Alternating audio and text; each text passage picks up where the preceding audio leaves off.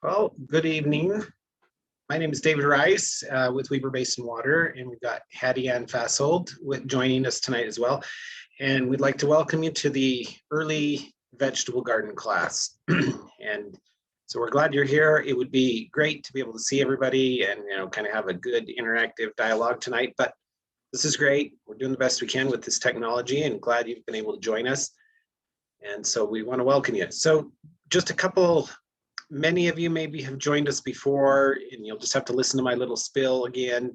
If you haven't ever joined us before, welcome. We're glad you found the classes, and we're glad you're participating. So this is a webinar, which means it's not really it's not really a dialogue. It's not really interactive, and so we do want to address your questions. So what we want to invite you to do is on your little control panel with this Zoom webinar, you should see a Q&A button at the bottom or wherever your little controls are. You won't see a mute, you won't see video like just a regular Zoom meeting if you've participated in those before, but you should see a Q&A button, and you may have a raise hand button. We would invite you to use the Q&A button and just type in a question if you have it as we go. And Hattie Ann will address those as I teach. She'll address those in the background, or we'll pause occasionally and I'll address those questions. And so please use that. And the raise your hand feature shows us you're raising your hand, but because it's hard, we can't really call on you in this format with a webinar without unmuting and muting and going through a bunch of stuff. So please just use that Q&A box and we'll address your questions. So before I get started, I would just like to give a little introduction to Weber Basin Water. For those that don't know, we're the regional water provider, wholesale provider for Davis, Weber, Morgan, and Summit County with treated drinking water, as well as irrigation. We deliver some industrial water for the point of the mountain. The refineries are actually, North Salt Lake, I should say, those refineries are in our service area. We deliver water to those and some other industry. We deliver water to a population of about 700,000 people, and so of all types of water. Many think of Weber Basin as secondary irrigation water, but we operate 3 large water treatment facilities and deliver treated drinking water on a wholesale basis to cities. So with that, our business is water. We do these landscape classes to try to just help you understand how to use water effectively outdoors. And vegetable gardening, of course, isn't necessarily a water efficient practice, but a good beneficial use of water in a landscape. It'd be far better for you to be applying water on a vegetable garden and getting a crop out of that than applying water to a lawn and throwing that in your trash as you mow it.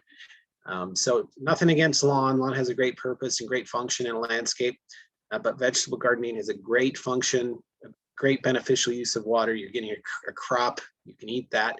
So we want to help you understand that a little bit better. And so I'll get going. I'll just jump right into this. We got a lot to cover. And again, we'll be recording this class. So please, feel free to take notes. But if you're not taking notes fast enough, don't worry. The class will be recorded. The slides will be available for you to see. And so don't panic if you don't get something. You can always come back and catch it later. So with that, I think I'll just jump right in to vegetable gardening. This is just a fun time of year, and I've just thrown a few slides in here for color, just to maybe start getting you thinking and the interest level of, wow, I can grow so many things that I enjoy eating. They taste better, the quality's better, where it's been, who's touched it, what chemicals or no chemicals have been used for that. And so you can just enjoy growing garden and enjoy the produce. And space, sometimes I'll talk about some stuff. Space sometimes is a factor. Even if you have very small space, you can fit in a couple tomato plants, you could fit in a pepper plant, you could fit in some things, stuff that you might really enjoy eating in a very small space. So I'm going to talk about a lot of things as we get going here, and I'm going to show you a few references. So by the end, hopefully you'll feel confident to know what you can grow and how you can grow it. Okay, there's so much. This could actually be, there's whole college courses on this stuff, right, that you could learn. But this is intended to give you a good basic understanding and get you started. So before you start, you should have in mind, what do you really like to eat?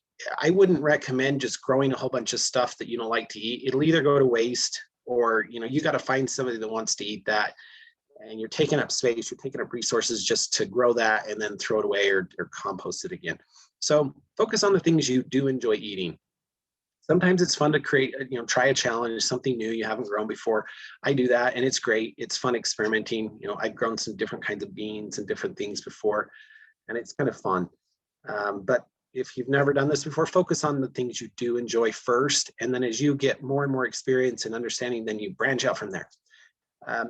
Also think of the time and money you want to invest. You can grow a garden without a lot of expense. Of course, there's some tools you may need, and it's going to take you time, and you have to buy some seeds, and there's things that you will do, but you are going to buy food anyway. So depending on the level that you want to go to, vegetable gardening is a good investment. You can invest a little bit. The payoff is great. You're going to have lots of produce to share.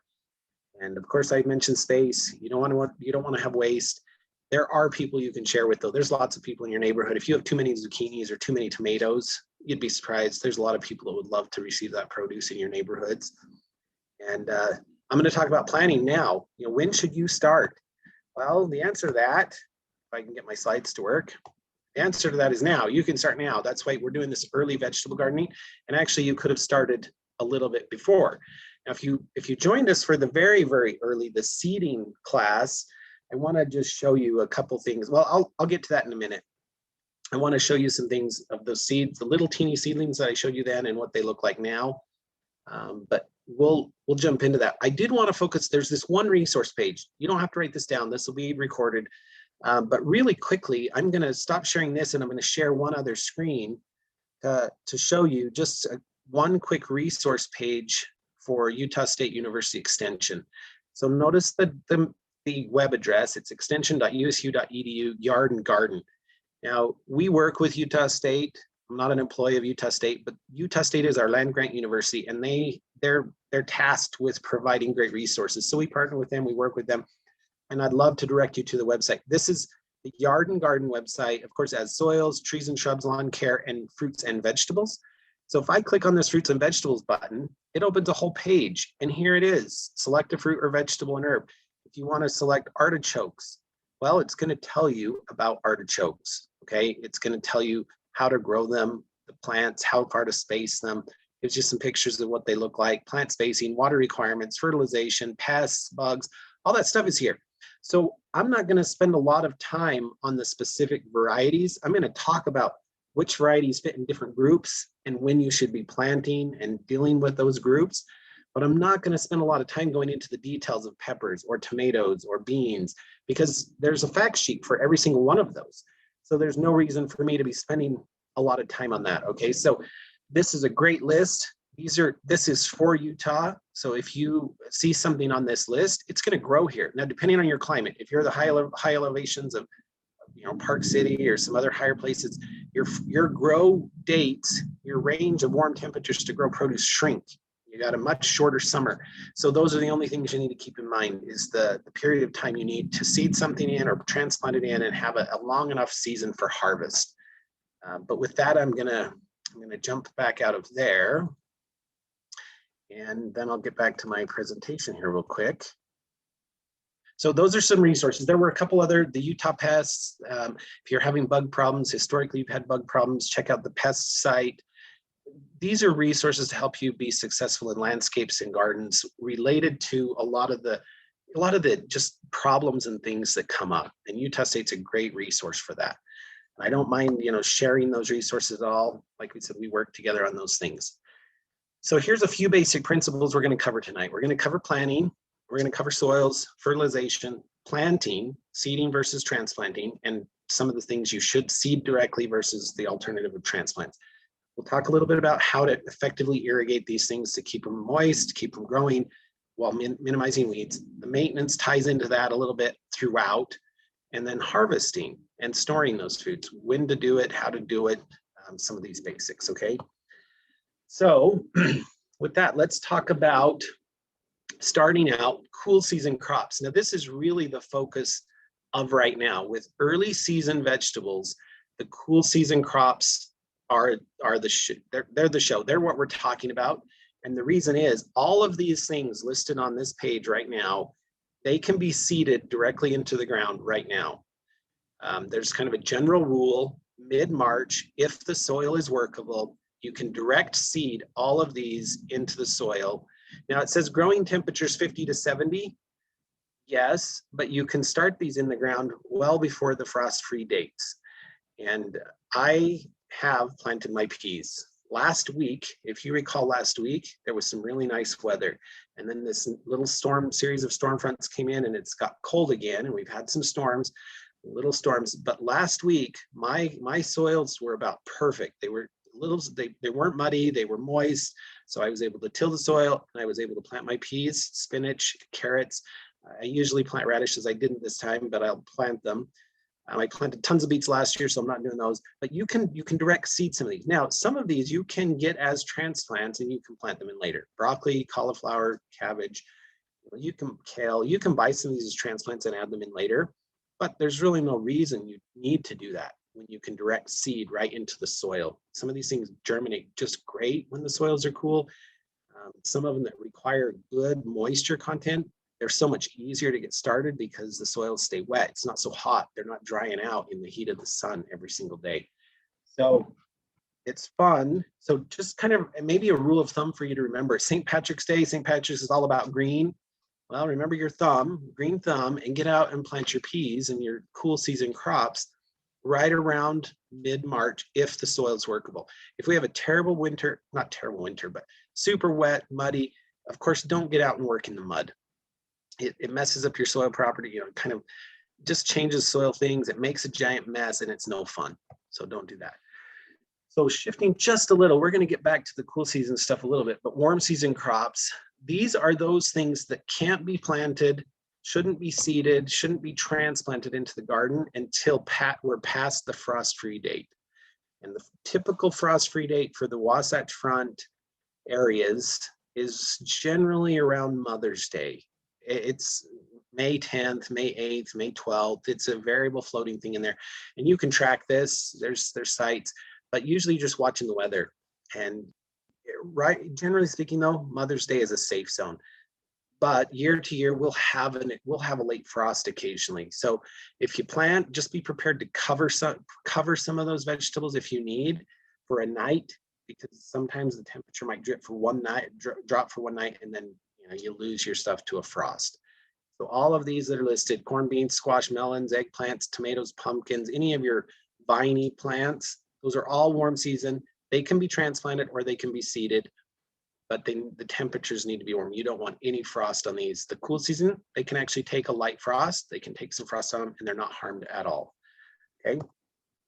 So let's talk about planting first. Now, I guess before I get to planting, the higher elevations, your frost-free dates, I didn't say this, but your frost-free dates for higher elevations are sometimes about 10 days to 2 weeks behind that. Now, if you're talking Morgan, Park City, the Ogden Valley areas, Eden, Liberty, and those, Huntsville, sometimes you're 2 weeks behind. And so you're going to have to gauge that. There's some different resources on Utah State for counties and those specific areas that'll help you with that frost-free date. The planting, begin early, observe your site, check out sun, shade, soil types, if it's well drained. You want to have accessibility to your vegetable garden. Now, some of you already have a well-defined space and you use it, and that's fine. You have your garden spot. If you're just starting this and you need a garden spot, just make sure you have an area that's free from shade, good direct light. If the most light you can achieve, you have a spot and you're thinking, well, it's got quite a bit of light, but it gets some shade. If you can get yourself a good 6 to 8 hours of good direct sunlight, it's kind of the midday sun, you'll be okay. But the more sun, the better. So ideally you have a shade-free area and close to a water source. If you want it for looks, put it somewhere that is prominent. You can put some flowers in there too and make it look really nice. If you have a concern for animals, you live in a deer-prone area or something like that, well, good luck, because you got to protect your vegetables. They will get eaten if you're not careful, depending on where you live. Most people don't have too many issues with that, but there could be issues there. And we have a deer-resistant class. We'll talk about some deer things in a different class. But south sides of home works great. We'll talk just a little bit about traditional versus raised beds and what to do there. So in terms of planning, think of it as record keeping. I know everyone's talking about you write a journal, you do these things, but in vegetable gardening, you'll be surprised. Just a short, quick documentations of things can really help you out year to year and get a history of how things work for you, where you had successes, when you planted, when it froze, when things happen.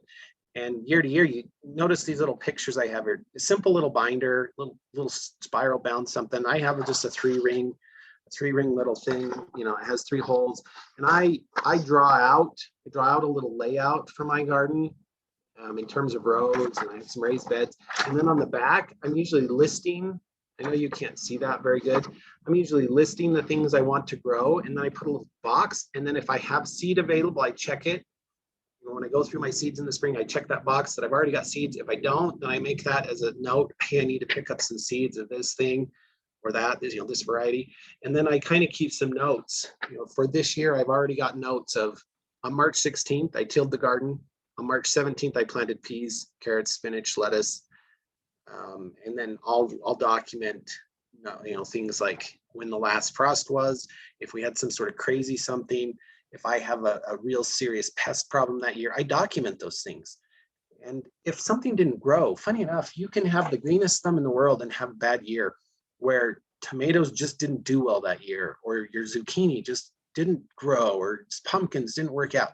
Well, write that down. Sometimes you have no idea why, because the very next year you do the exact same thing and everything is successful. Year to year, we just have some quirky things, and it could be weather related. It could be related to some sort of a soil thing, viral. We talk about pandemics. Plants have viral things too. And so sometimes there could be a viral condition, a fungal thing. We don't always know, but things can come and go. And you just sometimes don't know. So never give up. If you fail one year, just document it. Write a quick little note of this didn't do well, and then try again the next. And if you continually fail with one thing, well, then maybe choose a different crop, or realize maybe there's a soil problem or something that's just not going to work out for that type.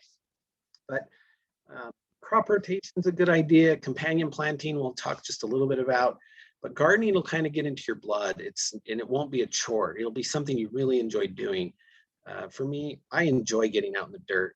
There's something about tilling the soil in the spring. It's just awesome. I love it. The smell of fresh tilled dirt and then getting your hands in there. For me, that's a really enjoyable, almost a therapeutic thing. For some, maybe not, but I think the more you get into it, the more you really enjoy the fact that you're connecting, you're kind of connected to your soil. How it's, what it's there, what it's doing, and you can grow your own food there. And that's an awesome thing. So think of planning. You don't have to go to this kind of thing of drawing out really detailed plans. Just do scribble sketches like I do, something really simple. It's using a pencil, you just draw some lines, you label where you want stuff to go. And the idea there is, what kind of space you have, what's going to fit, and then you're not buying way too many seeds, or you're not over planting and crowding things too much. You just got this idea, and you've got it in your on paper. What you're going to do, and then you're going to be successful going forward. So if you don't have a lot of space and you want to raise it up and do a square foot gardening, you get a lot of control over soils. You get a lot of control over space and where you're going to put that. And you can fit a lot of produce in a very small square in a raised garden. There's some different challenges that we'll talk about, but square foot raised gardening, it works, and it can be attractive. It can really look nice. There's some extra cost maybe on building a bed, setting up some irrigation that way, but it can be done very well and be successful. We've got some small raised beds in our learning garden here at the Weber Basin. So you're welcome to come and check those out. We did a class that's recorded last year on those, on how to build them. So if you needed a little help there, reference that. Pretty easy, but there is a little bit of cost for lumber and that kind of stuff. So row planting, let's talk about the different kinds of planting. Now, let's see, I see there is a question, and Hattie Ann's probably going to talk about that, but let me address that really quick, because the question is tilling, yes or no, bad idea. All the stuff that I've read and different people I talk to, tilling is yes. You should turn over the soil. And Hattie Ann, you can type an answer in there too. You're turning over the soil, you're mixing, you can add organic matter in that way. Yes, there's a possibility every time you disturb soil, you can bring weed seeds that were deeper up to the surface, and then the conditions are right and they will germinate. But there's no way out of weeds. There's just no solution. If you're going to grow something, there's going to be weeds there. And so I kind of think it's worth it to till, to add organic material in, to kind of refresh the soil. And yes, you're going to have to deal with some weeds along the way. The alternative is maybe you just loosen the soil where you're going to plant, if you want to do it that way, but you do need to loosen up the soil somehow for where you're putting your plants. Allow the roots to, vegetable roots are different than shrubs and trees. You need to loosen things up a little, let them spread, let them grow deep, be healthy. So a lot of the documentation I've read through Extension and others is tilling is good. It's good for the soil, good for vegetable gardens, and it's a way to really incorporate organic matter in. Now let's talk about some different methods of planting. Whether you're doing a raised bed, whether you have a big space, there's several ways you can do this. The most traditional way is just row planting. You kind of line things up, you're leaving a little bit of space between the rows. It works well if you have a lot of space for this, because room for walking, room for cultivating, if you have a small tiller or weeding or whatever between rows, it gives you room. Maybe not the most attractive or efficient. It depends. Some people love that look of just nice rows of things with space, and to them that's very attractive. For others, they like everything more compact and close together. Row planting, if you're doing that, you usually have to irrigate with furrows, some sort of drip, or overhead spray everything. And if you're overhead spraying everything, as I'll mention later again, you'll certainly have an increased weed growth because you're overspraying everything, and all those weeds in the soil will certainly grow with that extra water. So row planting is a great idea. I mean, if you have the space, it works well. It's kind of a traditional thing. Here's just a couple pictures. This is a small garden in a backyard, row planted. You can kind of see the drip irrigation lines there. This is a stage early in the spring, the wall of waters. I'm going to talk about those. You can see some peas in the background, lettuce, spinach. Here's another one with rows much further along in growth. And notice some of the rows aren't necessarily, they've got the onions and carrots pretty close together, and then a little bit of space for walking. So you can certainly do that. You can do two crops fairly close together and then a bigger row for walking and cultivating and harvesting between. That certainly works. You don't just have to have a single row of something. It's kind of the principles of square foot gardening on the ground level, where you're putting things closer together, but leave yourself enough room to harvest. If it's just on the ground, you got to have some room to walk, so you're not stepping on stuff and mashing things down, and you got to be able to harvest this and weed and so forth. Here's just another example. And if you're growing that much lettuce, you either have rabbits or you love salad or something. That's a lot of lettuce. And if you grow lettuce, you'll find if you keep after it, by the time midsummer comes, it's hot and your lettuce will be done. It'll go to seed.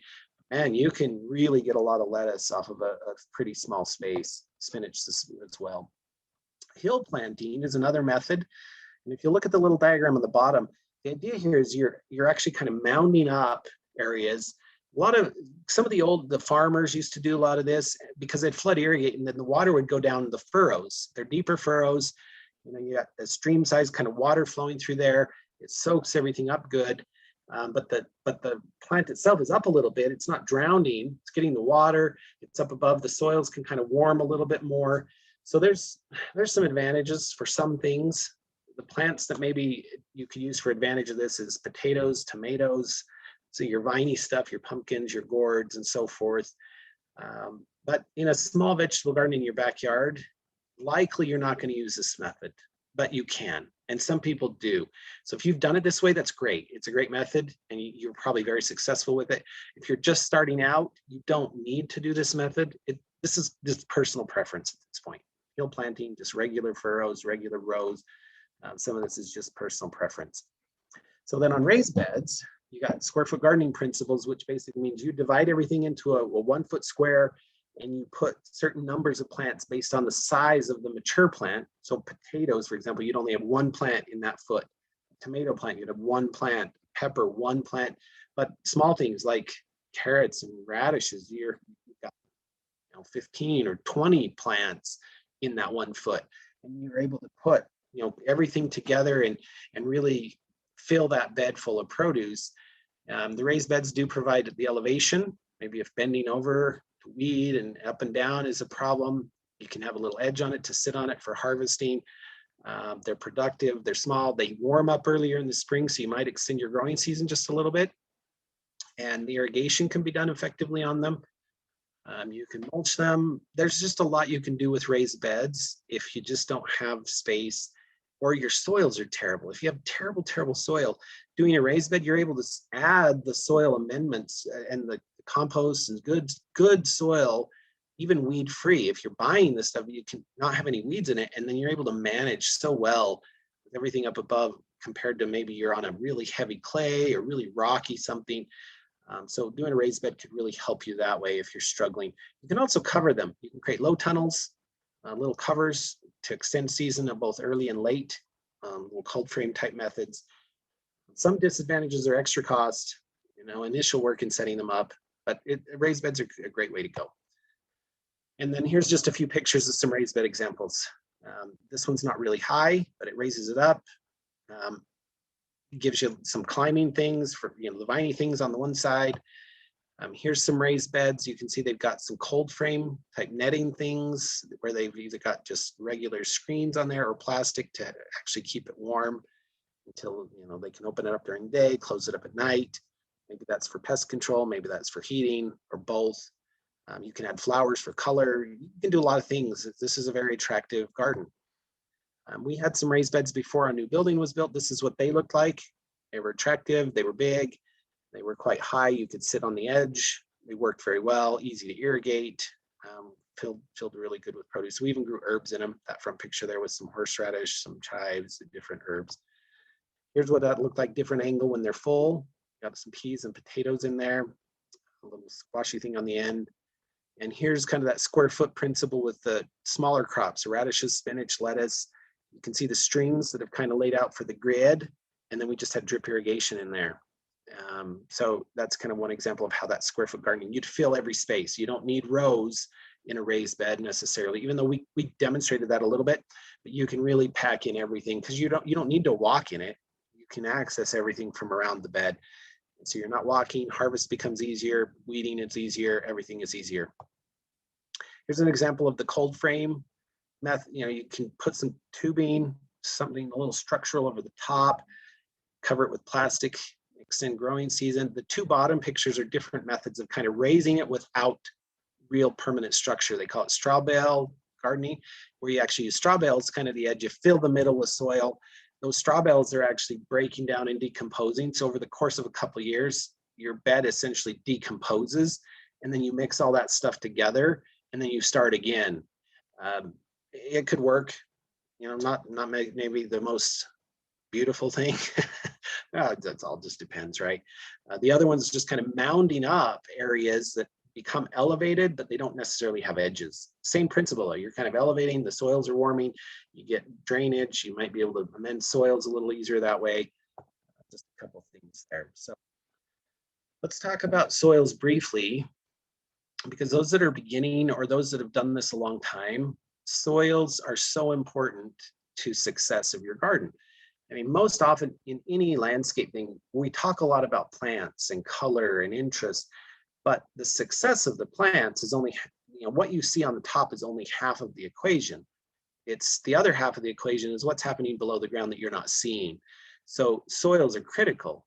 Ideally, you want loose, deep, fertile, and well-drained, neutral pH soil.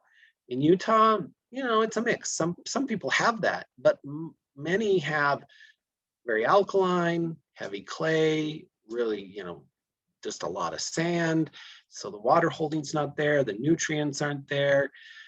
There's a whole range of soils, and even within neighborhoods where you've got just a few houses up the hill or a few houses down the hill or a few houses away from you, the soils can be very different. And in our building practices, they're moving soils everywhere. So you could have what's called topsoil that was just brought in from some other construction site, and you really don't know. But USU does a soil test. I think they cost about $25. if you're really concerned about your soils and want to know how to amend it, their test is very, very comprehensive. It lists the micronutrients, macronutrients, compositions of the soil, and then recommendations for what you need to do to improve the soil. So if you're concerned at all, do that. If you're not, one trick, you can add organic matter to any soil and it'll always make it better. Even if you have good loamy soil, till in your dead grass clippings, unless you're using a lot of pre-emergence and herbicides, till those in. They're great. They're great for the soil. Dry leaves in the end of the fall, put those in your garden and till them in. They'll break down over winter and spring, and then the next year your soil's ready to go. I'll talk about manures here in just a minute. But adding organic matter, compost, things that are broken up to soil every year is going to build that soil. It improves its nutrient, water holding, water draining capacities. It creates perfect soils eventually. So till and turn the soil, mix that organic matter in. When you're using raised beds or a pre-mixed artificial soil, the only thing you really need to add is compost every year. And it adds the nutrients back in. The peat moss and vermiculite and some of those others, they don't really go away, but the compost breaks down. So add compost every year, refresh that, and you're good on the raised bed soils.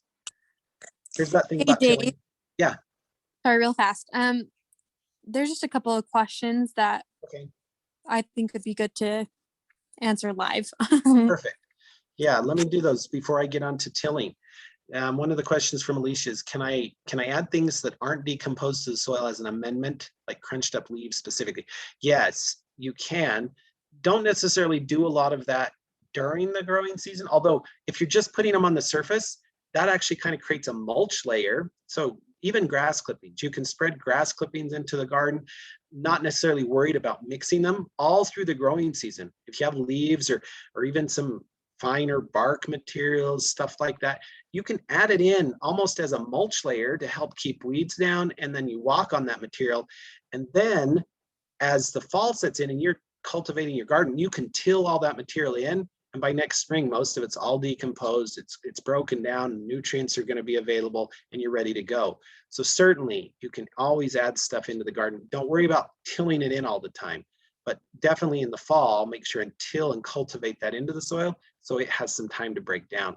If you're adding everything in the spring, a lot of times it won't have time to break down like it would have and compost fully. And so you may need to add a little extra nitrogen, because it'll take nitrogen from the soil in that decomposition process. And so you may need to add a little nitrogen back in so that your garden plants aren't suffering while that material is breaking down. And then it's ready to go for the next year or later in the fall. So I hope that answers that question, but certainly anytime add materials to your garden. Another question was, is there a one-stop shop? Can soil be bought that is ready to go? And if so, what's it called? This is a good question.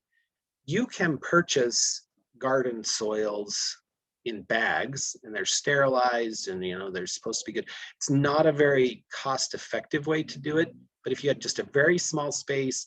Now, if that question's about raised beds, then yes, buy a raised bed garden mix, some sort of it's really an artificial soil, although it has compost in it, and compost is your nutrient source for that. So yes, there's a one-stop shop for that. At any garden center, nursery, Home Depot, Lowe's, you can buy garden bed mix and put it in a raised bed, and you're ready to go. It's sterile, there's no weed seeds in it, and good. If you're talking about actual soil, there's not really a great way to just buy garden soil that's cost effective. You can look around at nurseries. A lot of them have good garden soil, although that soil has just come from somewhere else. A lot of times they've screened it, they've added in compost, so they do make it a little more fertile, but there's still weed seeds in it. There's no real preventing that if you're just buying bulk soils. The other way is more expensive, but maybe for you it's worth it. But eventually, because of water, secondary water, because of birds, because of wind, you're gonna get weed seeds in that soil. So I'll talk about maintenance in a bit. So if you're afraid of weeds, don't be afraid of weeds, just understand how we can manage those things better, and you'll be okay going forward. I hope that helps. So let's talk about tilling really quick. To till or not, this answers that question from a little bit earlier. It is a good way to incorporate organic matter. Don't till when it's wet or muddy though. It does create compaction. It kind of changes the soil structures a little bit and messes things up. Over tilling can also kind of affect soil structure. So you don't have to till it to death. You just have to mix it, mix the compost, mix organic matter in, and then you're good. You know, here's a couple pictures of, if you're using a tractor, that's fine. You're driving a little bit of heavy equipment on there, but the tiller's behind, so it's usually loosening up. You don't want to drive anything over to compact too hard, but that tiller behind on most of those little tractors is good enough and strong enough that it's loosening everything that would have been compacted by driving. Most people just have a rototiller that you can rent one. You can also do this. You can just turn it over with a shovel. And this is a picture of organic matter, but it shows what you can do. If that's all you got in a small space, get your shovel out there and just turn the soils. And that's enough. You don't have to really, till it to death. But it's a great way to incorporate the organic matter. So if you have something like this and you see this kind of stuff, that's a result of heavy clay content, and it just shrinks and it contracts, it expands with different weather patterns. And so to fix this, it's organic matter. You keep adding organic matter every single year and tilling it in, and eventually you'll have a nice loamy, very workable, very nice soil to grow garden in. If you have this now, you can still plant produce in it. Just be aware, clay soils, the way water moves through clay soils, they hold a lot of water, takes a lot of water, takes time for water to move in. They don't dry out very fast, but when they do dry out, they get really quite hard and crusty on top like this. So if you've got clay, you've got a few challenges there. So you've got sand, it's a different problem. Very workable, easy to plant in. It just doesn't hold water at all, and it doesn't have a lot of nutrients. So you've got to add stuff in. You got to fertilize. You got to make sure there's nutrients there, and you've got to watch the watering, because you can just drain water straight through that soil and it's gone. Your plants aren't using it. So sand and clay create both of these problems. Organic matter helps to improve all of it. So here's some amendments that kind of help with that. Is cheap and free stuff is compost, manures, sawdust, wood chips, leaves, garden waste, grass clippings. You can add coconut core, coconut husks. Now, pine needles, interesting enough, I put pine needles on here, and we'll have a very small discussion about pine needles. But basically, any plant material can be added as a soil amendment. Now, notice the little asterisks by those. Some of these are woody in nature. They're structurally, they're just not herbaceous. They're going to take longer to break down. So if they're not shredded up really good, you don't want to put big chunks of wood in there. That's going to take a long time to break down. So if you've got woody material, the brown material, dried leaves even though they'll break down quicker than wood chips and sawdust, but any of those, you probably need to add a little extra nitrogen, because it's that nitrogen that feeds the microbes that are breaking that material down to turn it into soil. So all of those things are doable. Just create a balance and know, if I'm putting pine needles in the ground, I got to add some nitrogen. Now, there's that debate of pine needles, oh, they're toxic, you should never do that. That's really, in our climate, people say they make your soil acidic, all this stuff. We live in such a climate that our soils are already very alkaline. So the pine needles aren't really making our soils acidic. They're just not. What you see under pine trees, why other stuff doesn't grow, is mostly competition. The roots are very shallow. It's very, very dense shade. Yes, it's dropping needles on top that sometimes inhibits growth of other stuff, but pine needles can certainly be shredded up and added into compost. And they'll break down and they'll be just fine. There's no toxicity to them as far as soil goes. So let's move on to composting, because I'm going to keep talking about this and even get into the manures in just a second. Grass clippings are great. Leaves are great. Kitchen scraps are great, as long as don't put meat in your compost. That attracts rodents. It attracts other animals. If you have dogs, they'll be digging it up. Don't put meat in there. But if you're, when you make dinner and you peel your potatoes or you peel carrots or you cutting off the tops or the skins of fruit or banana peels, all of that stuff can go into a compost pile, and it's great. Now, I'm going to show you a method without a pile. I'm not a great compost pile guy, okay? I'm just not. I don't turn it enough, and then you just have this pile of stinky, smoldering plant material, right? And it's just awful. I don't compost pile anything, just because I don't enjoy turning it. So what I do is I do this. I do what's called trench composting, where I'll dig little trenches in my garden between rows or wherever. And all those things I just talked about, the table scraps and the vegetable debris, I'll bury them in a shallow trench, 4 or 5 inches down or 4 inches. And as you go, you throw it in and you just bury it right then.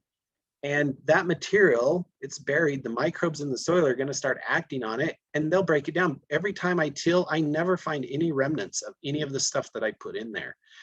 And with grass clippings, I don't usually do this. I just spread the grass clippings right on top and then till those in at the end of the season. And I'm not, I don't do a ton of weed spraying or anything like that on my lawn. And if I catch that grass in a as you mow, I'm putting it in my garden. A lot of times I'm mulching it in, so it's just going right back into the lawn. But if I ever have grass clippings, I'm spreading them out and I actually just walk on them. They dry out. I spread them in thin layers, 3 inches or so. That shrinks down as it dries to just a very thin layer of dried grass.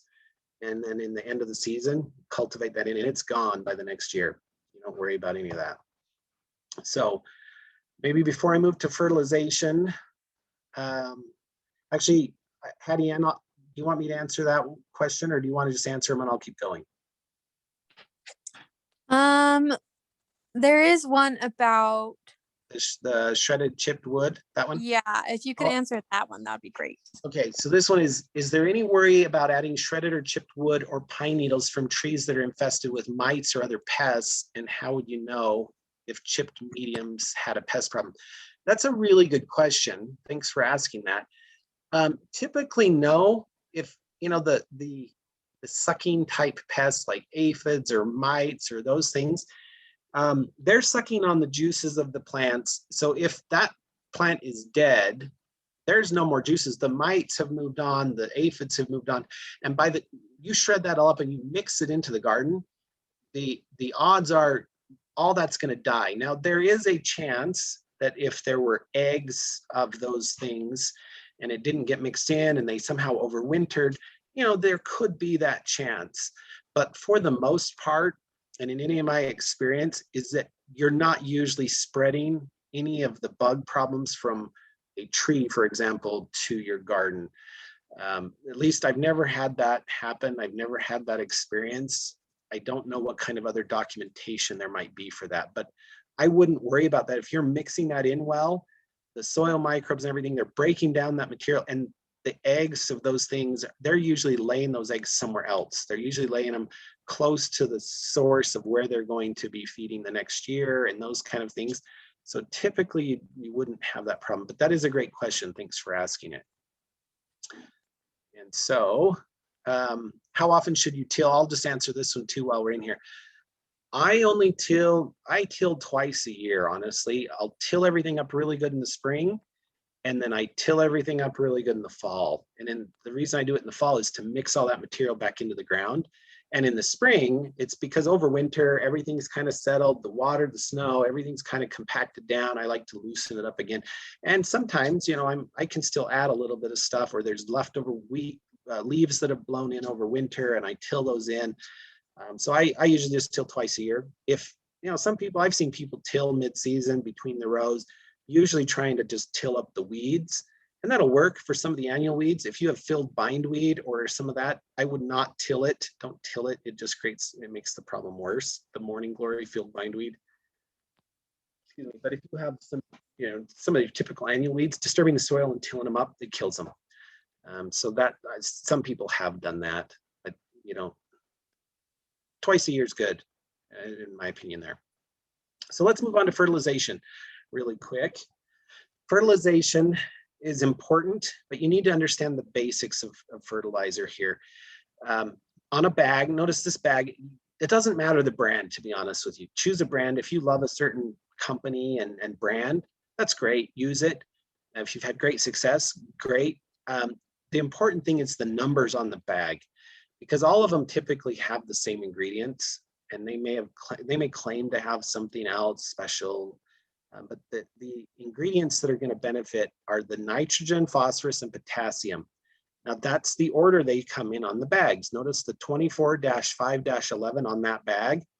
That means there's 24 parts nitrogen, 5 parts potassium, or excuse me, phosphorus, and 11 parts potassium per, kind of in a percentage. 24% this, 5% this, 11%. But notice it doesn't add up to 100%.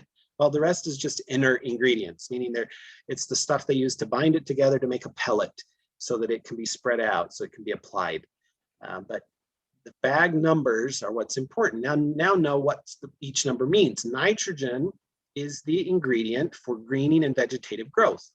If you want a green lawn, you usually apply nitrogen because it causes green vegetative growth, rapid growth, and it feeds the plant and makes a nice deep green.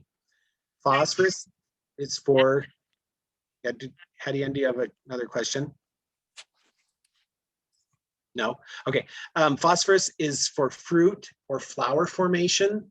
It's really important. So on vegetables, phosphorus becomes important because you want fruit and flower formation. On grass, you don't. You don't want your grass to fruit and flower. And some of you have seen that. Your grass will go to seed. You're not interested in that. You're just interested in the foliage. Potassium is actually really important for sugars and starches for plant health and root development. So you kind of think of the P's, potassium and phosphorus for fruiting and rooting. Nitrogen is for green vegetative growth. So if you've historically had a problem where you have big, lush, green tomato plants and no fruit, you've got too much nitrogen. You've over-fertilized or something's happened and it's just growing like crazy and you've got this really healthy green plant, but no fruit on it. Well, you're lacking a little potassium and phosphorus or too much nitrogen. The balance isn't there. So remember those ingredients and what they mean on a bag, and that'll help you be successful to know some of the, what is needed and when. Now, some people will simply apply a 16/16 or a 11/11. That's fine. You're getting equal percentage of each. 11% nitrogen, 11% for phosphorus, 11% potassium, or 16/16/16. General all-purpose garden fertilizer, and those are fine. You don't have to guess and think, well, I need more phosphorus. How come I can't get one with a number higher in the middle? You can buy special fertilizers of just phosphorus, just potassium, or higher percentages for raspberries or for strawberries. But a lot of people just stick with a triple number, 16/16, 10/10, 8/8, and that's good. Just a good general purpose fertilizer. So I'm going to move on here for a second, then I'll pause and answer questions at the end of fertilization section. So applying it, I'm not going to read my whole slide here. This is just for you if you want to reference this, but there's methods. You could broadcast it with a broadcast spreader and you'll spread it everywhere. Or you can band it, meaning that picture with the corn there, it's creating a band down the side of something that's already growing and you sprinkle fertilizer in that and you bury it up and it'll get into the soil, the roots will get to it and they'll take advantage of it. Or you can banding is where you actually put it in kind of as you're planting. And then side dressing is what I just described. You side dress it, plants are already up, you put it down the side of a row, and then the plants take advantage of that. So most native soils have enough potassium. Phosphorus is often low. A lot of this is temperature dependent. Soils are interesting. The chemistry of a soil, it'll bind up things at certain temperatures, but then when the temperatures are warm, it loosens up and those things are then available. So sometimes you want to add something early in the spring and then you don't need to add any more in the summer in the case of phosphorus or potassium, some of those, depending on your soils. You can choose the liquid, slow release, granular type, what you should do though is decide on something and then kind of just stick with it. Don't try to keep guessing and think, well, I applied granular last time, I'll do liquid this time. You can usually just find something, stick with it, follow the instructions, don't over fertilize. If you over fertilize, you end up with really green plants most of the time, not enough fruit. You can actually create some problems with over fertilization. So follow the instructions on the bag. Usually they give recommendations on how many pounds per 1,000 square feet. Sometimes it's like 2 pounds per 1,000. Now, granted, you're not going to be measuring with a scale, but it gives you a good idea of how much is a pound, a couple of cups or something. Usually the instructions are on the bag and they're easy to follow. And for the most part, I'll tell you how I do it. I'm usually doing just a little bit of fertilization, like the banding is here. When I plant, I'll fertilize a little bit when I plant. Corn is a very high demand plant, likes a lot of nitrogen. It's a grass relative. And so for corn, I will sometimes add a little extra nitrogen, just like is shown here in the picture in the middle of the season. but it depends. My soils are pretty good. So usually a once a season fertilizer for me is actually adequate at planting, and there's plenty of nutrients there, and things do fine. But that's going to be dependent upon you and your soils of how much you fertilize, how frequently. You may need it 2, maybe 3 times a year in your vegetable garden. I'm going to talk about the manure here for a second, and then I'll answer the couple questions that are there before I move on to seeding. So the scoop about poop is very good way to add nutrients to a soil. Remember though that it takes time for manures to break down. You've heard of the chicken and turkey manure compost. Really great, high nutrients, high nitrogen, but you can also burn your plants if you add fresh manures to anything. They are technically called hot. They're hot fertilizers.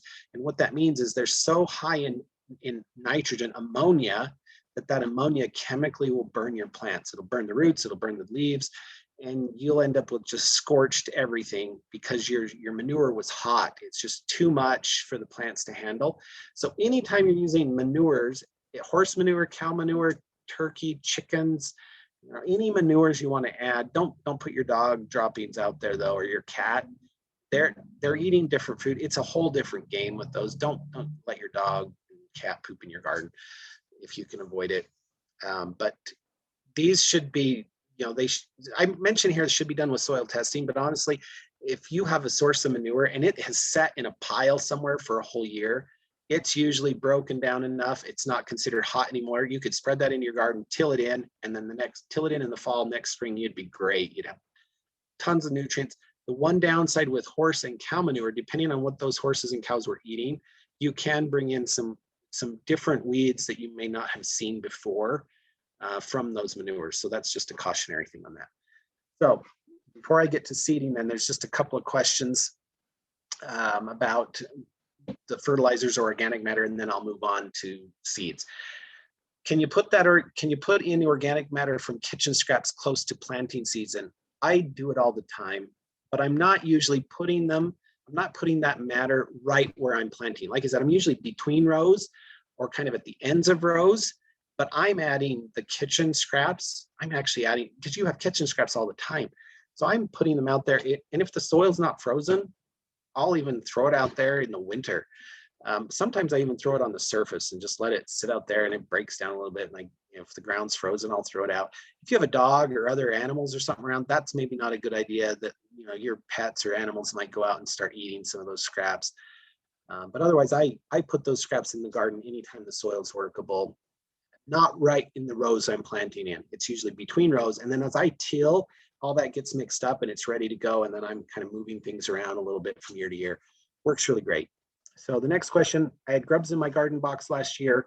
I think it might have come with the bulk soil that I bought from a garden center. It could have. They're supposed to be sterile and supposed to be bug-free. You could have got a bug from a pre-packaged soil that you bought. There is grub control that you can apply. And I know there's probably some organic methods that I don't really know of. Grubs are very specific timing though. So depending on the grub, it could be the larva of a moth or a larva of a beetle. And in the larval stage of development, it's eating roots and eating the crowns of plants, and then it'll emerge as an adult moth or beetle, and then it lives the rest of its life eating something else. They lay their eggs, and then those eggs hatch as grubs in the soil. So there's a lot of different kinds of grubs. So it's really trying to identify what grub do I have, and then how do I deal with that grub? Because there's a window of treatment that will get just perfect for that time. You don't need to worry about, oh, I need grub control all year long. Well, the grubs are only in that life cycle for a very short period, and then now there's something else. They're eating something else. So try to identify the grub. If you have some pictures of that, I would recommend USU Extension. They have good diagnostic things for some of that. Even some of the nurseries, they can identify which grub, and then you know what treatment to tackle because you know what grub you've had. It's a tough one on that, the grubs, I'm sorry about that. But if you can identify what bug it is, then you can identify the treatment. It's usually very simple, one-time application, and you're good and you're done, and that grub is gone. You've interrupted the life cycle and you've rid yourself of that. So I hope that helps. how does commercial planting soil sterilize? Usually they heat it.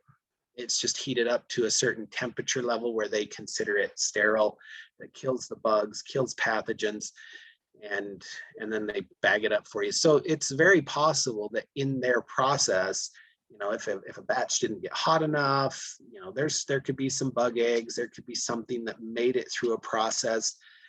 It's really possible, but they're supposed to do testing, they're supposed to certify. But like anything, you know, everything is not perfect and something could get missed a time or two in those.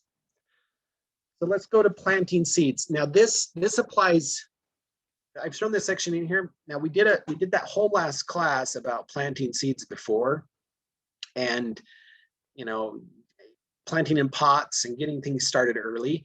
So I want to talk now about planting now, direct seeding into the soil for a minute. Now's the time, again, for peas, carrots, spinach, lettuce, all those cool season crops that I mentioned at the beginning. Now's the time to do it. So seedling depth is the 3 times rule. If plant the seed 3 times as deep as the seed is big, at the size of the seed. So a pea seed is, you know, whatever, 1/4 inch to 1/2 inch diameter. So that should be buried 1/2 inch to, you know, 3/4 of an inch deep, in that range. And it doesn't have to be real deep. You don't want to bury these things 3 inches deep or anything. You got to remember that little thing is going to sprout and it's going to try to make its way all the way to the surface and come out. So, and on carrot seeds, lettuce seeds, these things are tiny, right? So you don't need to bury them deep. Just follow the instructions. Some of them say bury 1/4 inch deep.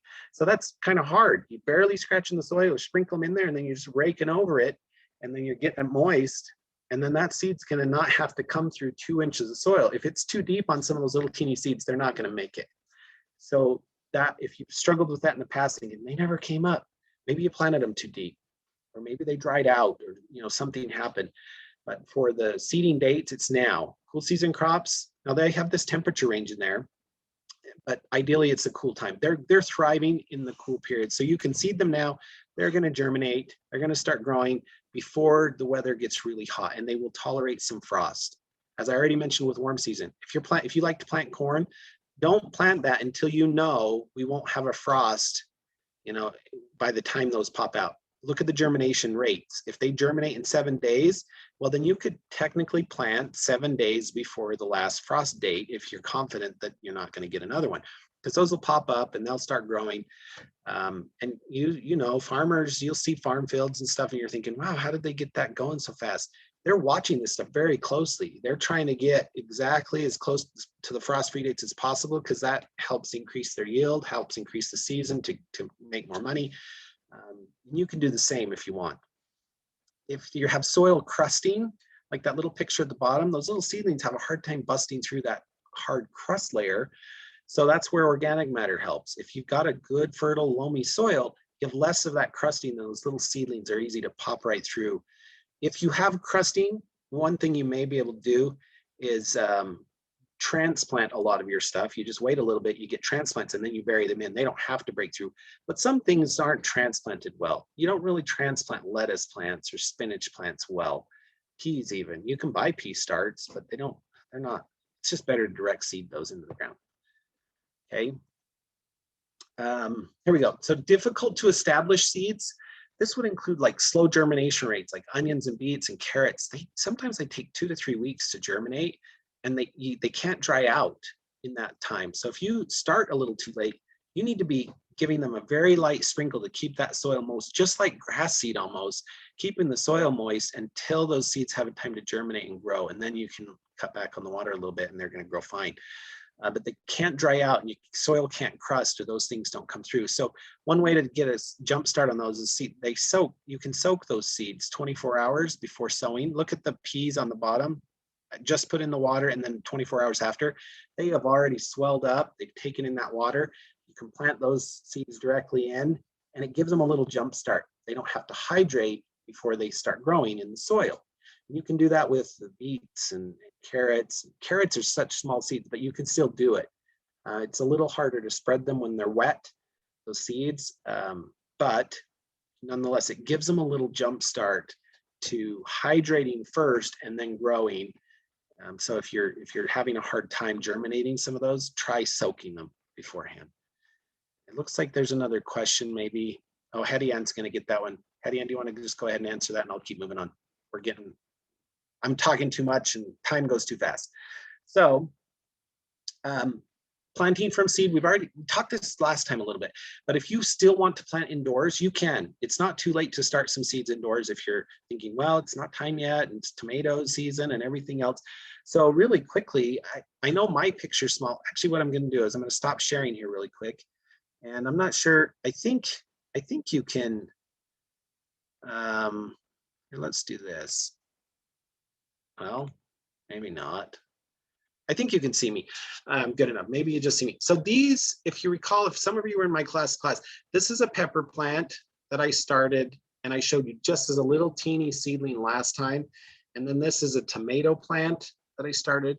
So these were started in February, and now, you know, the pepper plant, it's a good 4 inches tall. The tomato plant, it's a good 7 inches tall. If you can see, I've got some dry leaves here. This one got a little dried out sitting in my office window at work. Notice it's a little spindly because I haven't used grow lights. It's just in a south window, but it got a little crispy, got a little dried out, and some of those leaves kind of burned a little bit. Another problem is I had these covered and I took the cover off, so it was really humid and really nice. It was like this little greenhouse for these little babies, and then I took that off, and the dry air, the hot sun, it kind of desiccated a little bit and dried out, but they're going to be fine. When you plant those things, you can actually plant them a little deeper, and they just thrive and do very well. So let's see. Hetty Ann's continue to answer the questions.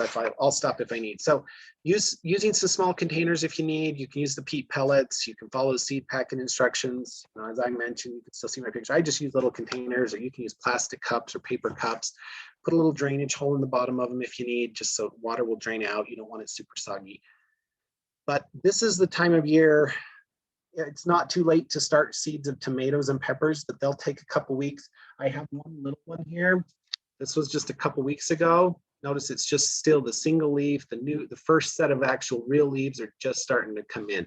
So it's not too late. That'll be a decent size by the time we get to May, and it'll be ready to plant outside. So if you still want to do that from seed, jump on it, start now. Otherwise, you can wait for some starts. I'm going to jump into that now. You can get some transplants and you can transplant them in, but the cool season ones, definitely get those seeds in the ground if you want. If your soil's ready, get it cultivated, till it up, and start planting some stuff. For transplants, always look for dark green color. The lighter green means that they may be lacking a little nutrients. Sometimes they're in nursery production, they're mass producing these, they're watering them a lot. Maybe it's leached out some of the nutrients. And so yellowing plants are not ideal. Dark green color, you can pop them out of the things. Sometimes be careful, don't destroy the plants in the nursery, but looking at the roots, good root structure, 4 to 6 leaflets is ideal. If you're looking for pepper or tomato plants. And then your young plants need frequent watering. In these little teeny trays, the little 6-packs, the little pony pack things, they need a lot of water. They'll dry out quickly in one day if they're just sitting waiting to be planted. Once they're in the ground, they're going to do much better. They'll go a bit longer. But in those little teeny pony packs, they will dry very quickly, especially as the plant gets bigger. It's using water, it's transpiring. So based on temperature and so forth, water those, get them some drink, get them hydrated. Transplant type plants, of course, you can do these things bare root or in the little cell grown. Strawberries, asparagus, field crops, they can be done with bare root. If you get strawberries and you order them, they'll come bare root and you can transplant them. It's not a problem that those roots are exposed, but they do need to keep hydrated. They're usually wrapped up in some paper towel or some mulch material to keep wet. Even solid, even spinach, not spinach, even like your broccoli and cauliflower and some of those, they can be planted bare root. Onion sets, you've seen those, they're just exposed. You put the little bulb thing in the ground, they're already growing. So there's things that work that way just fine and they take off. There's sometimes less transplant shock, the root bind isn't a problem. Solid flats are where they've seeded in a bunch of stuff into one solid flat, and sometimes the roots can get intertangled, so you can sometimes break roots apart pulling them out. Cell grown is probably the most common. It's where they're each in their own individual little pot, their little, the 4-packs, 6-packs, have very well established roots just for themselves, easy to pop out, easy to put in the ground. That, you know, if you time it right, most of the greenhouses and nurseries, they're climatizing those to avoid climate transplant shock and so forth. But do be careful on the frost dates. If you get them in and it frosts, it will kill those warm season transplants. Some disadvantages are maybe the increased time caring for the plants that you're starting on your own and then transplanting them in. Cost, if you're buying all these things, the cost could be a little higher. Still worth it though. If you think about the cost of produce in a grocery store, your few dollars for a tomato plant is going to pay for itself, you know, many fold. It's going to just load you up with tomatoes for that few dollars of initial investment. So sometimes transplant shock, when you have one of these plants, there is what's called hardening off. You got to harden them, make sure they're adapted to that outdoor environment before you put them out there, or they can sometimes shock and kill them. And I've had that happen. There's also damping off. It's a fungus, and it can kind of kill them too. It's the same part of the problem. It's adapting them to outdoor conditions when they've been grown inside. And there's a process there that needs to happen that will help you be successful. It's taking them out just a few hours at a time and increasing that time every day. So it's a little bit like babysitting some of these initially. If you're, you know, if you're gone all day and the only time you have is to put them outside is at night, they're not getting any of that direct light. They're not really exposed to the conditions of midday. That's a little bit of a problem. So you may want to just stick with some transplants that have already been hardened if that's a problem for you. So transplanting depth, it's going to vary. You can bury tomatoes. The solanaceous crops are they're like tomatoes and peppers and potatoes. You can plant them quite deep. In this case, I hope you can still see my picture. This one here, I would actually bury it all the way up to this leaf here. So notice the pot's clear down here. I'm going to bury it clear here. Now you don't want to do that with most of your ornamentals. You want to keep it at the level of the crown of the plant. But on some of these, the roots will actually just grow right out of the stem if it's in the ground. So I'll bury this one clear up to here. Notice I've just shrunk my plant. It's half the size that it was once I bury it in the ground. Same with peppers. You bury them up a little bit deeper. You know, up to that first full set of leaves is usually what I do. And they're just fine. They'll grow. See that bottom picture? Those are little root hairs that are growing out of a stem. So it's just easy to do that. You'll get a little bit more root development, really anchored in, and it works really well. So don't transplant root crops, carrots, radishes, parsnips, beets, turnips, even potatoes. You can't really transplant them successfully. Just seed them directly into the ground. And anything with a taproot, it's going to damage or deform the plants. It's just not really going to work out for you. So don't do that. And for potatoes, I was going to talk about potatoes really quick. If you're doing your own potatoes, don't buy potatoes from the store and expect them to sprout. They usually treat potatoes at the store with a growth inhibitor hormone, plant hormones that just inhibit that growth. And so that's why you can have a potato from the store sit on your counter for days and days and days and it never sprouts, it just shrivels up. But if you have a fresh grown potato from your garden, if it's not stored in ideal conditions, it won't take long at all. And you'll see sprouts, big long sprouts coming off of those potatoes. And usually, you know, this time of year, especially if they've been stored over winter, they're going to just recognize it's time to start growing and they start sending up sprouts. And you can, if you want to grow those, you can take a whole potato. If it has an eye where that sprout's coming out, you can actually cut potatoes in half and use pieces of those. But if you do that, make sure and dry them out for a day. Cut them, let them dry, let that little cut layer kind of callus over and dry out first before you put it in the ground. You put it in the ground directly, sometimes you get some rot happening and then the potato doesn't grow. So when to plant outside, we've already talked about the cool season stuff. Mid-March, as soon as you can work the soil. Warm season crops after frost damage is gone. And general rule, here's your Wasatch Front type rules. Around May 10th is Mother's Day, last frost. And then October 5th is kind of a general first frost of the fall season. So your growing season is May 10th to October 5th. And it's the frost-free, the FF growing season is frost-free growing season. That's going to be different for the Wasatch Back. Going to be different depending on some other microclimate conditions of where you live. Sometimes the benches are a little different, even the lower valleys. And year to year, it can be different. Sometimes we can go all the way to Halloween without a hard frost. So, but generally speaking, you can almost count on mid-May to the first full week of October of having no frost. Although there's always that crazy extreme where it frosts in June for whatever reason, and you can't do anything about that. So really quick, irrigation. And I know we're just a little over the time here, but we'll continue on, and we want to just continue to help you learn as much as you can. So let's talk about irrigation and how to do this, how to keep your new seedlings wet, how to water ongoing. So vegetables are not, like I said, they're not water-wise plants. You can't apply principles of water efficient landscaping to vegetables, or you'll dry things out, your vegetables won't produce. And I mean, we're in the conservation world, but for produce, for garden crops, you've got to know and consider, I need to adequately water them to produce the crop that I'm growing. So it depends on plant type, and it depends on stage of growth, plant size, and application of how you're watering. Notice the picture there on top, the guy's hand watering. Well, sometimes, and maybe that's all you have. You got out your hose and you're hand watering. Typically, your application frequency of irrigation is, I mean, I've got a couple things here listed of available water to the root zone and water ratio tied to temperature, but you generally want to keep vegetable soils moist, not soggy, but moist. And you never want to go to a wilting point of your vegetables. They just don't recover well. So for vegetable gardening, ideally you separate that, and you're watering your vegetables separate from anything else in your yard. You have your own irrigation zone, or you've set it up to where you can schedule vegetable gardening irrigation separately. And if you're using a drip method, I think I've got another slide here. I think it's just text.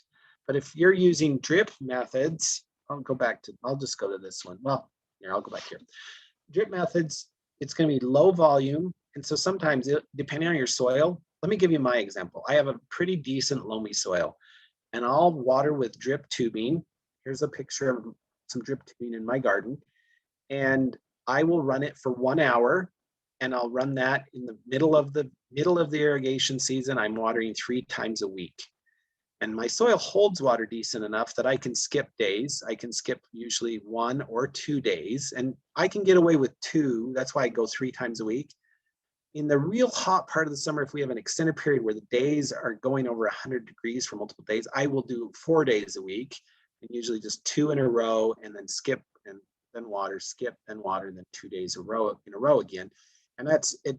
It's doable for the really hottest part of the year. You might have 4 weeks of really, really hot, intense weather that you do that. The rest of it, pretty much in every other day watering works for me.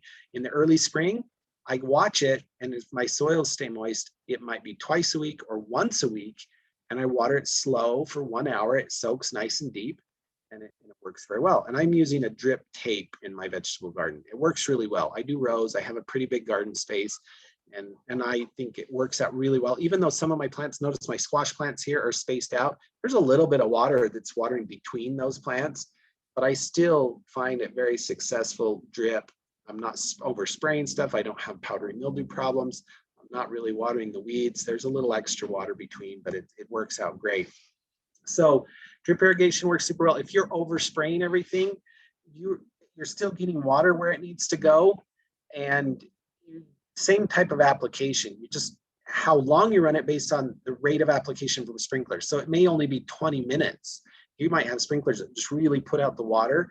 So it might only take 20 minutes. And then you're doing that 2, 3, at the most 4 times a week. Really, really sandy soils, you might need to shorten that and then water every day. Raised beds, you would shorten that and probably go every day because they heat up. The soil is above ground, it warms up. And so you just kind of have to play with the soil a little bit and gauge how long does it take for my soil to dry out. And it's probably only going to take you a few days to figure that out, just as you watch it. And then figure out, okay, it takes me 30 minutes and I got to do that every single day. And I set my timers for that, and then great. I'm efficient with it. I'm not wasting water. I'm not letting it run off the surface and go everywhere else.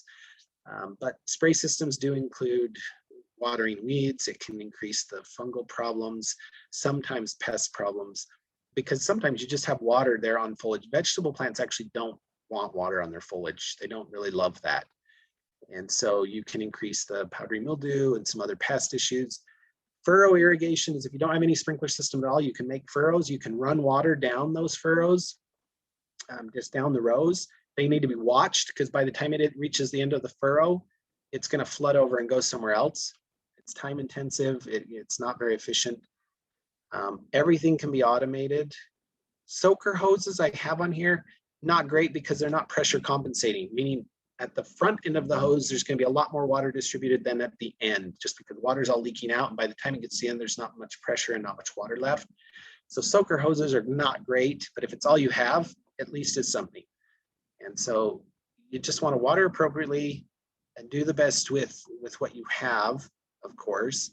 And just a lot of it's soil and temperature dependent. The hotter it gets, the more frequent you usually need to go. And you know, here's a couple of pictures of drip tape in a vegetable bed, the inline drip tubing in the square middle picture, or the middle, well, it's not middle, but that smaller square foot gardening picture. I noticed this picture of this tomato on this slide.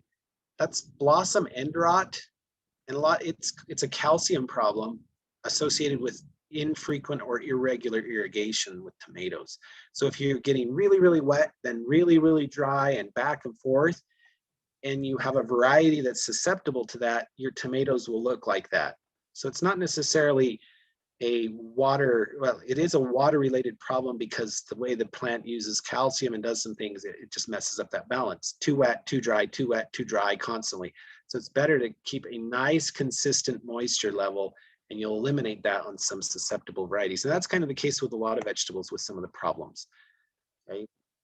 So maybe before I move on, there's a couple of questions here about irrigation, and then I'll move on to some of the helpful things.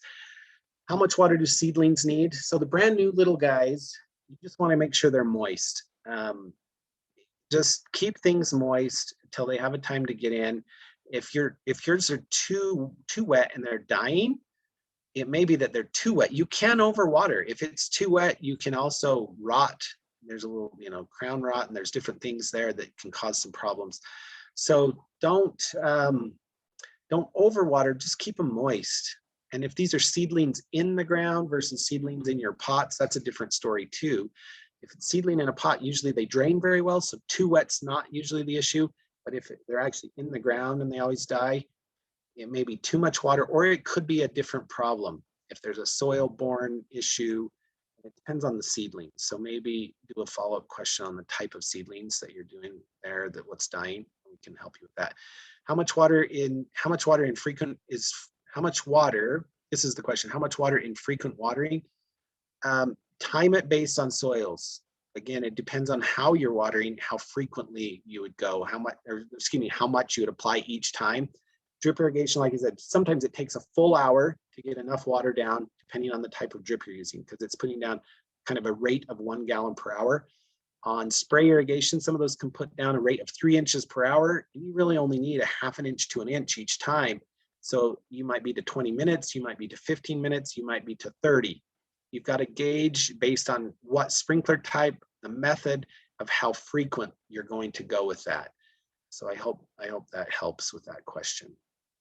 So let's move on just to a few helpful hints, a few helpful techniques and things that'll help you get started. Now, these are things mostly for later on in the growing season, but you can be planning them now.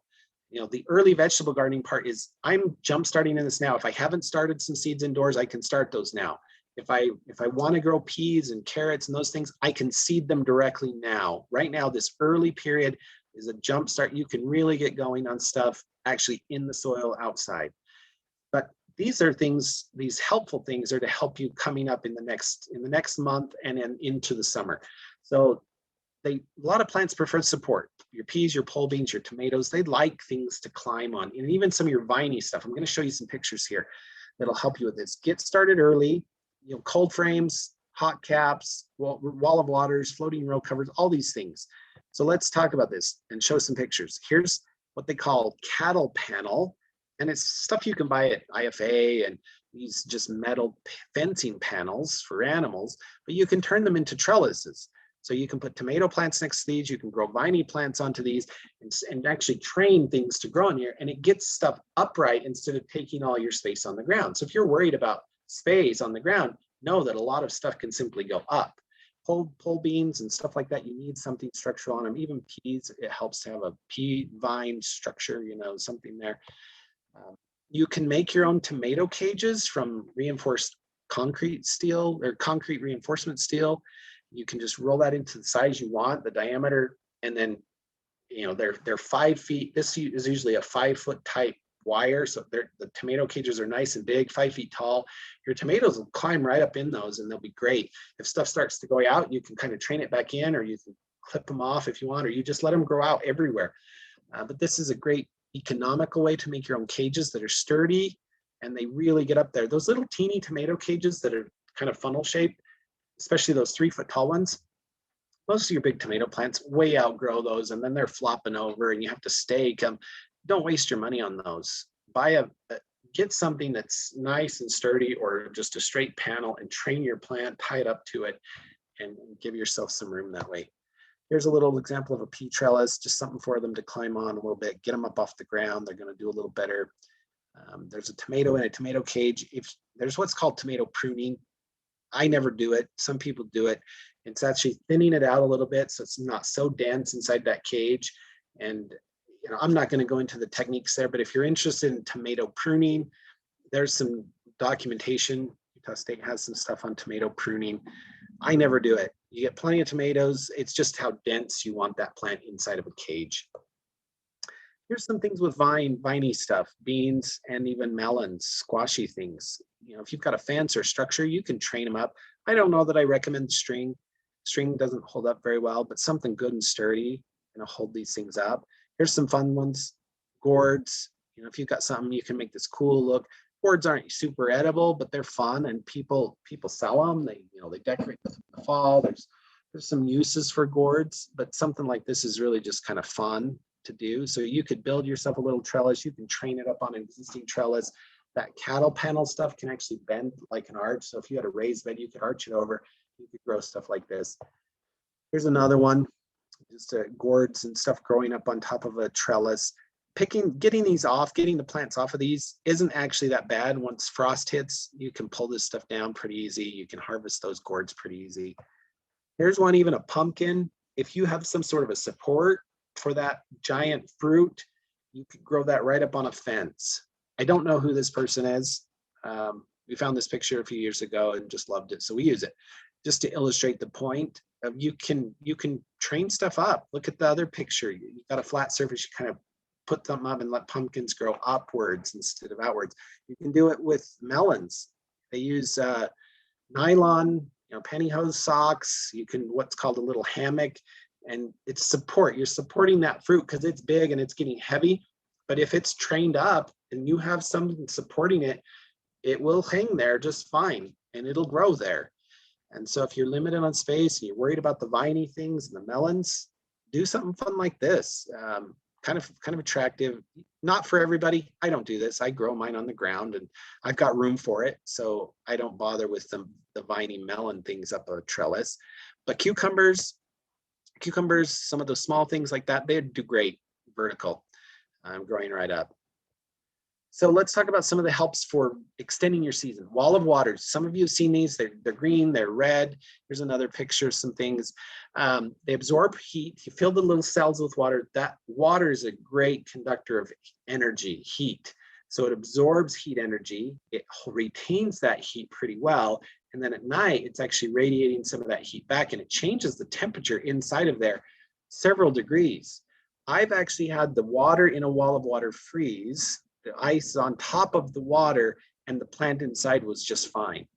So if you want to extend your growing season and get tomatoes out early, I've planted my tomatoes in April. I put these on. It gives them that extra month in the ground protected so they can start rooting and getting established. And then, you know, they're poking out of the top usually by the frost-free day, and then I'm taking them off, and my tomato plants are 1.5 feet tall. That'll give you a little jump start if you're interested in doing that. It does also help with wind, you know, wind damage. Your plants can get too big. They can start growing out of the top, and then usually you just want to take these off and cage them. So if you do this too early and your plants get too big, you run the risk of frost damage if you have a frost and destroying your whole plant. So be careful on timing with that, but it's a great way. You can use milk jugs in the same way. the water is the key. It retains energy, heat energy, and radiates that energy back at night and keeps that area inside several degrees warmer. It's amazing and it works awesome. I like to use these. I do. You can do little row covers or low tunnels. You can use corrugated plastic. You can actually use plastic sheeting. You can build some really quite sophisticated low tunnels or crop covers to just keep the frost. It just gives you an extension of the season, both early and late, depending on where you live. So if you live in the higher mountain valleys and you're just a little short on growing season, you could do this and extend your growing season by 2 weeks on each side easily. But it's keeping the light frost off, increasing the temperatures inside those areas at night a little bit, and just protecting from the cold. So this spun bonded polyester or netting is actually to help shade. A lot of its time it's for shade cloth, but you could do the same thing with plastic. Build yourself a little structure and plastic over the top to the little greenhouse effect. This sometimes is used for bug protection and shade in the middle of the summer for some of the more sensitive plants. Sometimes your peppers can get sun scald. So in the middle of the afternoon, you can shade them a little bit. They actually have shade cloths and different things for peppers.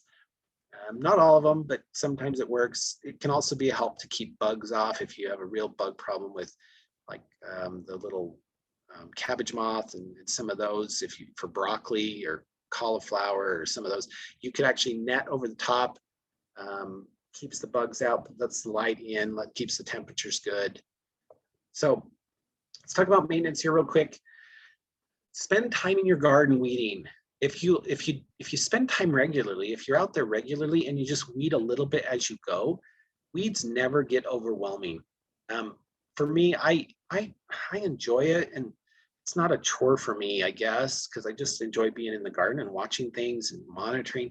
So honestly, I'm out there probably multiple times a week, but when I do my weeding, I like to get up early. And in the summer, the sun's it's cool, it's calm, it's usually really nice and it's quiet. So I'll get up at Saturday morning at 6 a.m. And I know that sounds really weird. It's a weekend. I'll be up at 6 a.m. out in my garden because nobody's bugging me and it's quiet and it's just nice. And I can weed my whole garden, which is pretty big. I can weed my whole garden in a half an hour, but it's because I'm on it all the time. I'm doing it every week. And that way it's under control. If you just let it go and then all of a sudden it's like, oh no, I haven't been out in the garden for 3 weeks or a month. And you go out there, yeah, it's overwhelming because you can't keep up and it just seems like, oh, this is going to take me all day. But if you just stick with it a little bit at a time, you'll actually maintain your garden. It'll be beautiful. You'll be weed free.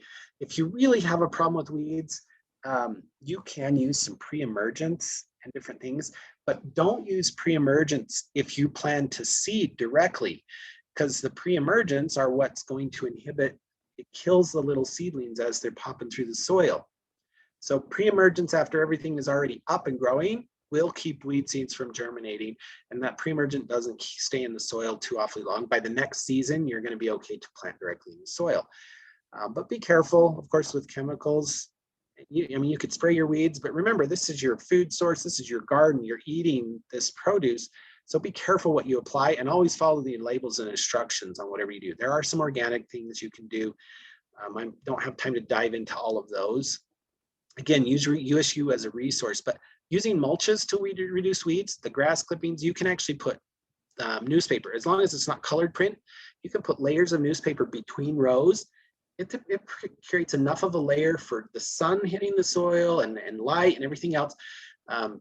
Temperature changes that it'll inhibit weed growth. Cardboard, the same thing, and then it breaks down. You can actually till that fiber material back into your landscape. It's tree material, and you till it back into the garden and it decomposes. But don't use a glossy cardboard or a glossy newspaper or anything like that if you plan to do that. And then, of course, how you irrigate makes a big difference on maintenance. The drip versus the spray. It's a big deal. Pests and bugs. Another thing is there is no such thing as just really a pest or bug-free garden. You need some bugs in there to pollinate. It's the harmful ones, right?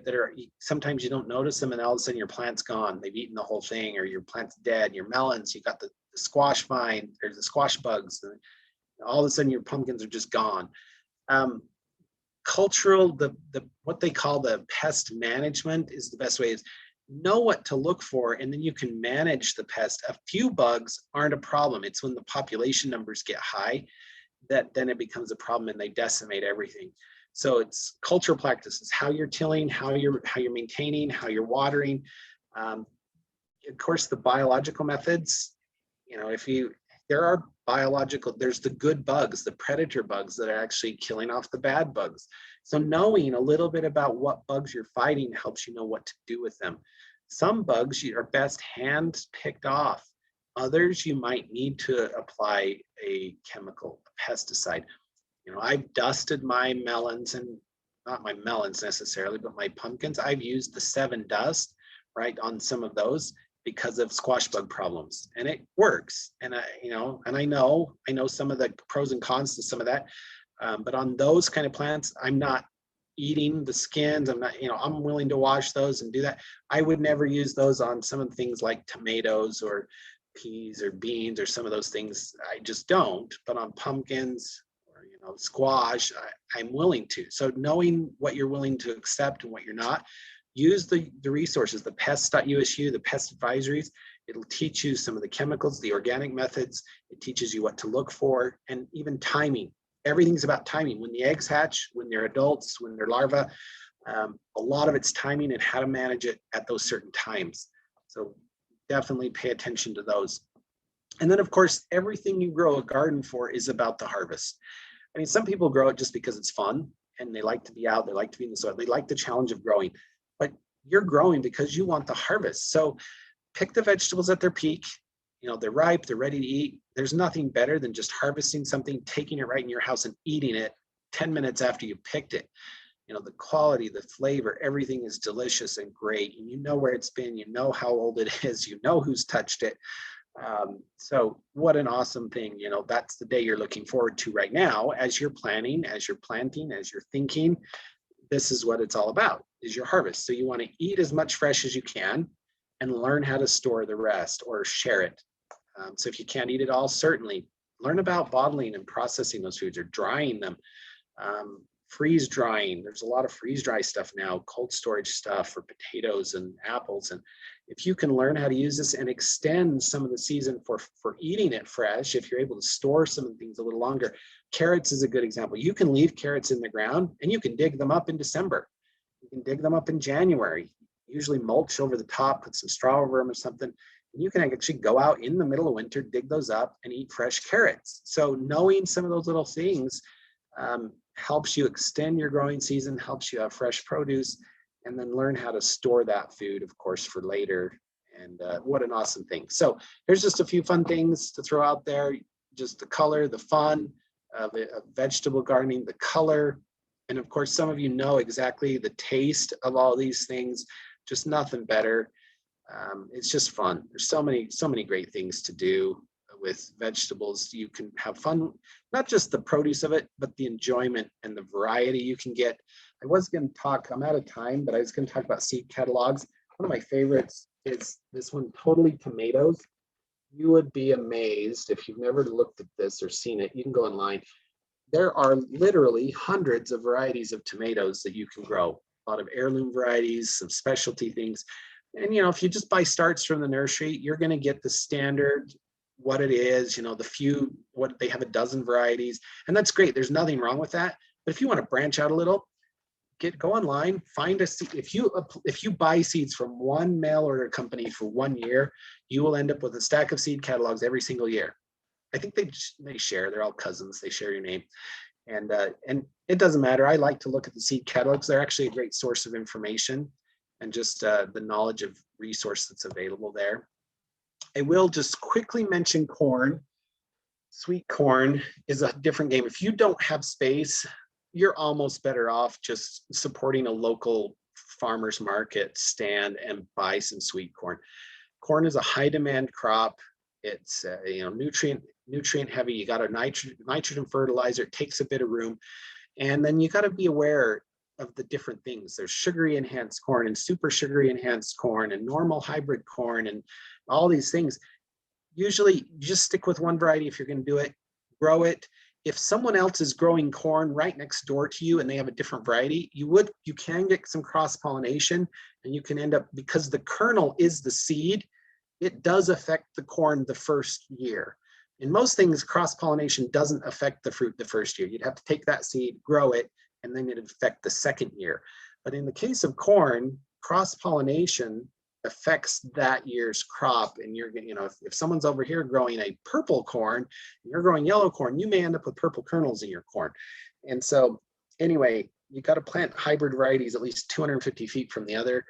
But there are some great sweet corns, the bicolor corns. But like I said, if you just don't have the room, if you've got a very small garden space, you're better off not really bothering with corn. For the yield you're going to get off of 10 corn stalks, you might get 10 ears or 15 ears of corn, but you could, for the effort and the money and the time, fertilizer, whatever, you could buy those 15 ears of corn, for a few dollars at a fruit stand, farmer's market. So I like to grow some corn, but I also have a big space and it works out pretty well. I like it. But again, that's personal preference. Sweet corns are great. Choose a variety you love. I'm not going to get too much into herbs, but there's a slide here. Herbs fit into here. You can grow your herbs in your vegetable garden as well. Same type of principles apply. The timing, the daylight, the warm. Most of these herbs are annual. They're not perennial. There's a few perennial ones. Mint, rosemary, horseradish. Those are all perennial. They'll come back year after year. Garlic needs to be planted every year. Dill, it seems like, is a perennial. Anyway, a lot of these herbs are great. They're useful. They're great plants. So I would encourage you to use those. We have a whole separate herb class, so we're going to dive into that on a different day. So with that, I just encourage you, happy gardening. Dig in. There's a lot of great resources. I know this class was really fast, and we're way over time even, but dig in, get going. If you have further questions, I'm happy to answer those questions. We're happy to help you along. But that's all I've got for now. And I'm sorry I went way over time. But I'll address any of these questions that come through now. And then I'll just look forward to having you join us on some other classes in the future. And we just appreciate you coming. So let me just jump on some of these questions as they come through. This is, what are my thoughts on using straw for weed control? I understand that you can introduce lots of weed seeds with straw, unless a particular type of straw. Do you know which kind that is? It's a good question, and I don't.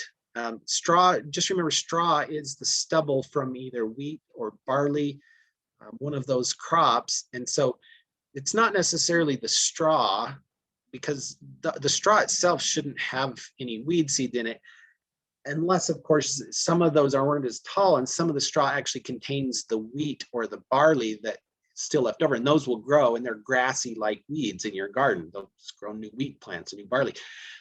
Sometimes straw may end up with actual weeds. It might have the kochia weed or the pigweed, or some of those, because those weeds will grow tall, and then when they cut the straw, those weeds end up in with it. But I'm not sure which particular kind of straw is better than another. So I don't know. Straw can be used as weed control. Honestly, straw is used mostly they use it to put over to keep moisture in. And when you're seeding a grass, when you're seeding, doing stuff, it does help with weed control. It helps with moisture. You can certainly use it for that. I use it over the top of carrots. Like I said, I harvest carrots through the winter, so I put a little bit of straw over the top of those. I usually don't spread straw all over the whole garden. So in that case, I don't know. I hope that answers that, but I don't know of a source of good straw. You could keep asking around on that one. Patty Ann has addressed most of the other questions, but I'll stay on just for another second. If there's additional questions, we'd love to answer them. I really appreciate your time tonight, joining us for this. It's been fun. I have fun with vegetables, but I'm a plant nerd, I guess. So, but I have fun with all the landscape stuff. Put a shovel in my hand, get me out in the dirt, makes me happy. So this is fun for me to teach. It's fun for me to hopefully help you get excited about. But I'd encourage you to just get going and enjoy it. Do we need to worry about the ink of newspapers in the garden? Not typically. Like I said, if it's black and white, the colored inks usually are different. But most typically, no, you don't have to worry. If you're using newspaper as kind of a mulch or compost, you don't need to worry about it. It's not historically been a problem. Anything I've ever read, little studies have been done on this from agriculture universities, the land grant universities.